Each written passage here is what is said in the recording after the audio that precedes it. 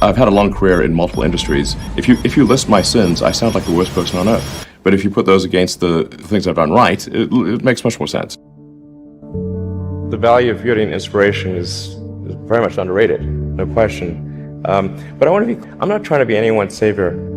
That is not I'm just trying to think about the future and not be sad. For me, it's simply this is something that is important to get done, and we should just keep doing it or die trying. And I don't need a source of strength. So quitting is not even like... It's not in my nature. And I don't care about optimism or pessimism. Fuck that, we're going to get it done. Tesla was under the most relentless short seller attack in the history of the stock market. Tesla was the most shorted stock in the history of stock markets. So, this was affecting our ability to hire people. It was affecting our ability to sell cars. Yeah, it was terrible. They wanted Tesla to die so bad they could taste it. Well, most of them have paid the price. Yes. Where are they now? Just work like hell. I mean, you just have to put in, 80 to 100 hour weeks every week. All those things improve the odds of success. So when people tell me like, well, what can you do to encourage entrepreneurs to start companies? I'm like, if you need encouragement, don't start a company. We basically messed up almost every aspect of the Model 3 production line. From cells to packs to motors, body line, the paint shop, final assembly, everything. Everything was messed up. I lived in the Fremont and Nevada factories for 3 years, fixing that production line, running around like a maniac through every part of that factory, living with the team. Yeah. I slept on the floor so that the team who was going through a hard time could see me on the floor, that they knew that I was not in some ivory tower. Whatever pain they experienced, I had it more. I mean, there wasn't any other way to make it work. There were 3 years of hell. 2017, 18, and 19 were 3 years, the longest period of excruciating pain in my life. There wasn't any other way. And we barely made it, and we were on the ragged edge of bankruptcy the entire time. Do you feel that this challenge of figuring out the new way of manufacturing, you actually have an edge now, that it's different, that you've figured out how to do this? At this point, I think I know more about manufacturing than anyone currently alive on Earth. Yeah. I can tell you how every damn part in that car is made. But I'm not afraid of dying. I think it will come as a relief. So, although you may not be able to see the vision of SpaceX come true in your life. Well, I'd like to live long enough to see that. Being at a net worth of 230 billion, roughly, being perceived as the richest person. Do you know John Law? I don't know. John Law used to be the richest person on earth 300 years ago. Okay. He was a poker player, a gambler. He was the biggest art collector on earth, so a lot of superlatives. Wow. In the end, he went bankrupt. What? That's a pretty far to fall. Did you ever thought about that option, that something could go wrong and that you could one day lose everything? I mean, there's been many times where I expected to lose everything. Not, I mean, who starts a car company and a rocket company expecting them to succeed? Certainly not me. I thought they both had less than a 10% chance of success. If I go bankrupt, fine, whatever. I don't care. So many people so many young people actually, from across the globe. If you have an advice to them, young people globally who want to be like Elon Musk, what's your advice to them? I think that probably they shouldn't want to be. You? I think it sounds better than it is. Okay. Yeah, it's not as much fun being me as you'd think. It could be worse for sure.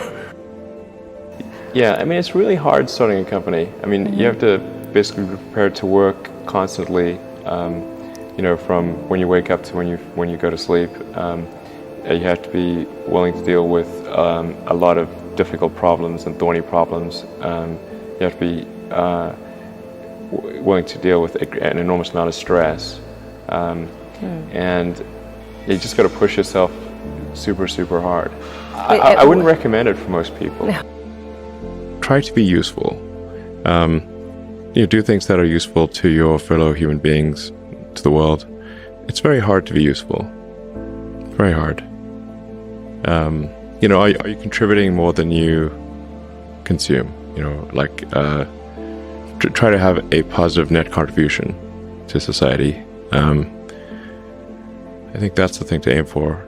Not to try to be sort of a leader just for the sake of being a leader or whatever. A lot of times, the people you want as leaders are the people who don't want to be leaders.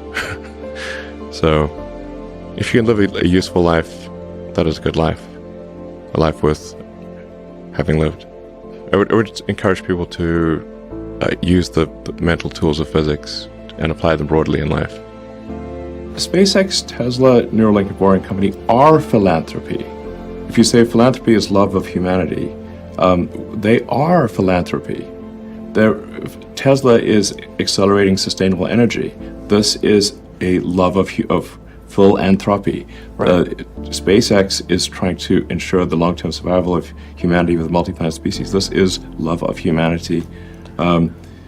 Neuralink is to help solve brain injuries and existential risk with AI, love of humanity.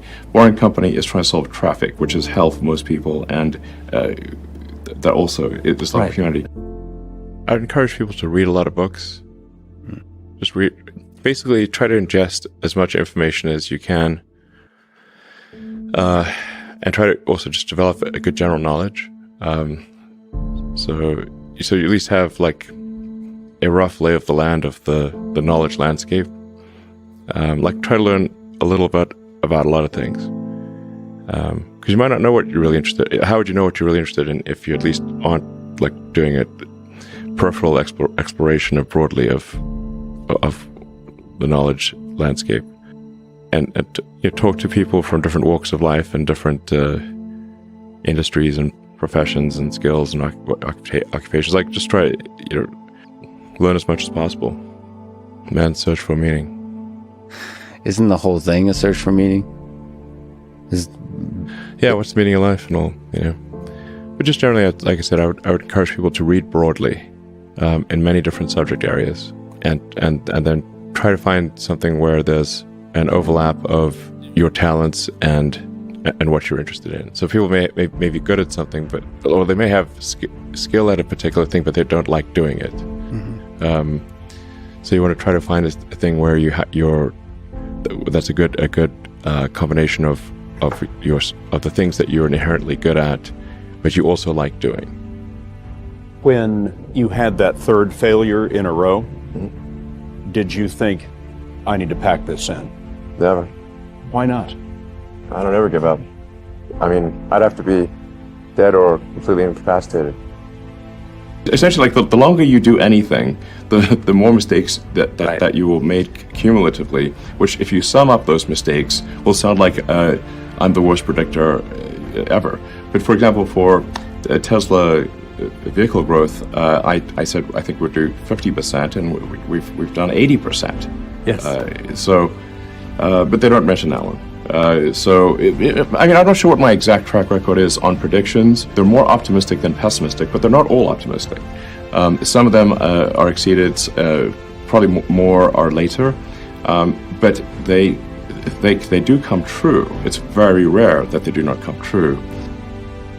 I mean, I don't aim to disrupt for the sake of disrupting, It's more like there's thinking about what set of actions are most likely to lead to a better future.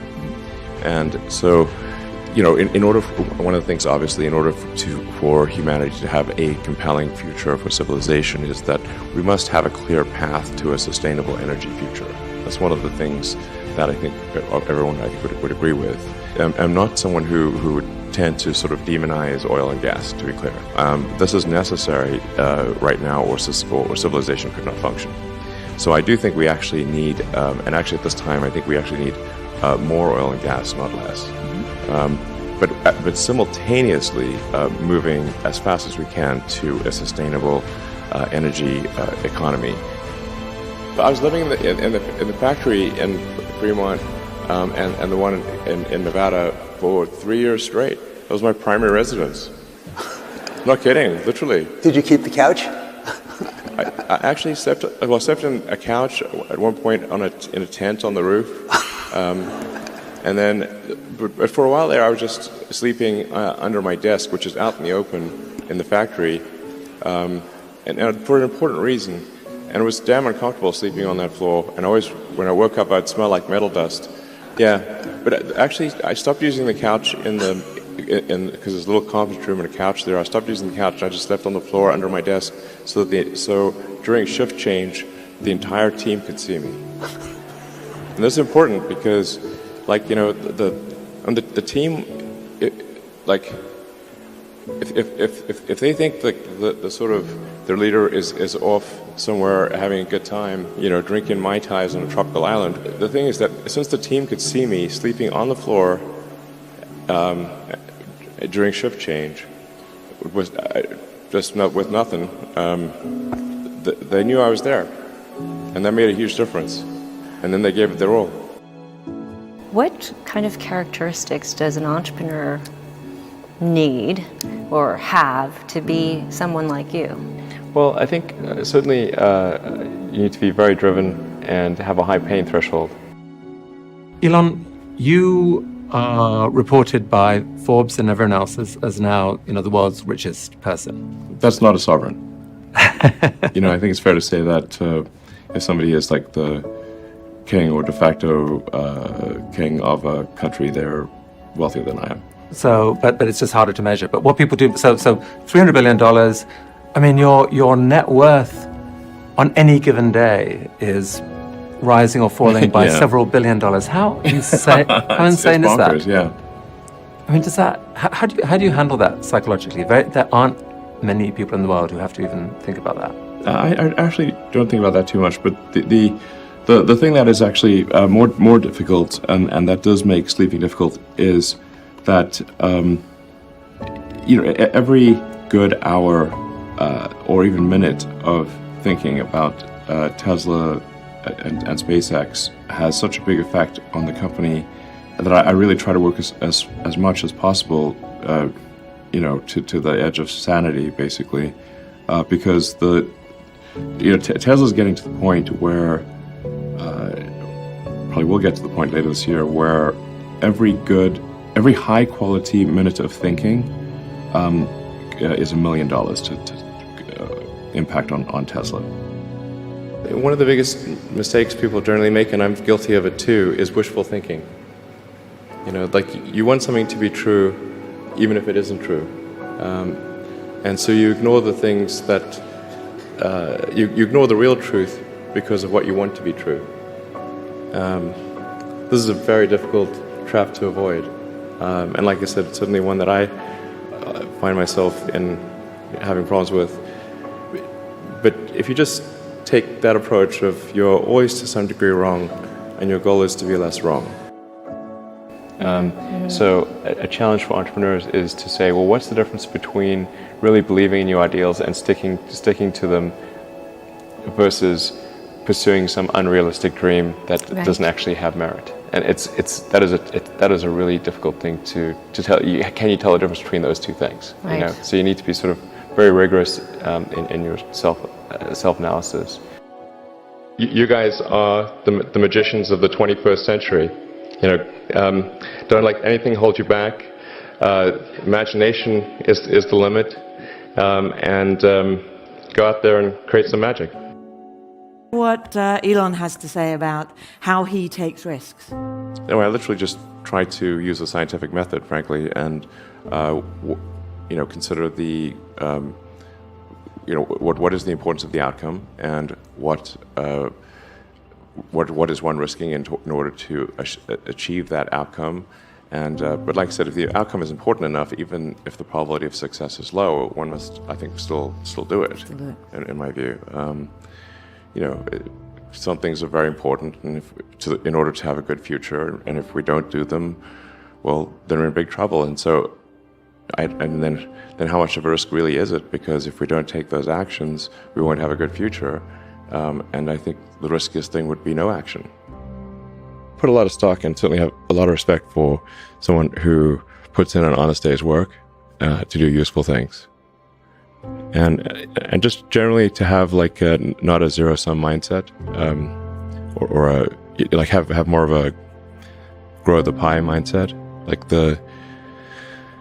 if you sort of say like when we see people like perhaps including some very smart people kind of taking an attitude of like doing things that seem like morally questionable, it's often because they have at a base sort of axiomatic level a zero-sum mindset, and they, without realizing it, they don't realize they have a zero-sum mindset, or at least they don't realize it consciously. And so if you have a zero-sum mindset, then the only way to get ahead is by taking things from others. If it's like if the pie is fixed, then the only way to have more pie is to take someone else's pie. But this is false. Like obviously the pie has grown dramatically over time, the economic pie. So in reality, you can have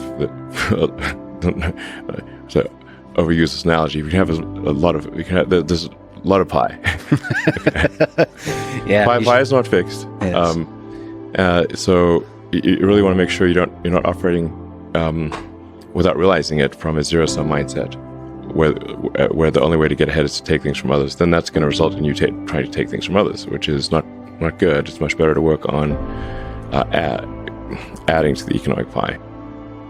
So when I interview somebody, my interview question is always the same.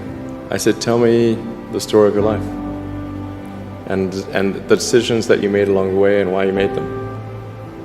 And also tell me about some of the most difficult problems you worked on and how you solved them. And that question I think is very important, because the people that really solved the problem, they know exactly how they solved it. They know the little details. And the people that pretended to solve the problem, they can maybe go one level and then they get stuck. Are you happy at the moment? I think there's degrees of love, but certainly for one to be fully happy, I think you have to be happy in work and happy in love. I suppose I'm medium happy. There are degrees of happiness. Can love for projects, for work, compensate love among people? I think love of work, in my experience, can at best make one halfway happy. What was your biggest challenge in life? One of the biggest challenges, I think, is making sure you have a corrective feedback loop, and then maintaining that corrective feedback loop over time, even when people want to tell you exactly what you want to hear. Okay. That's very difficult.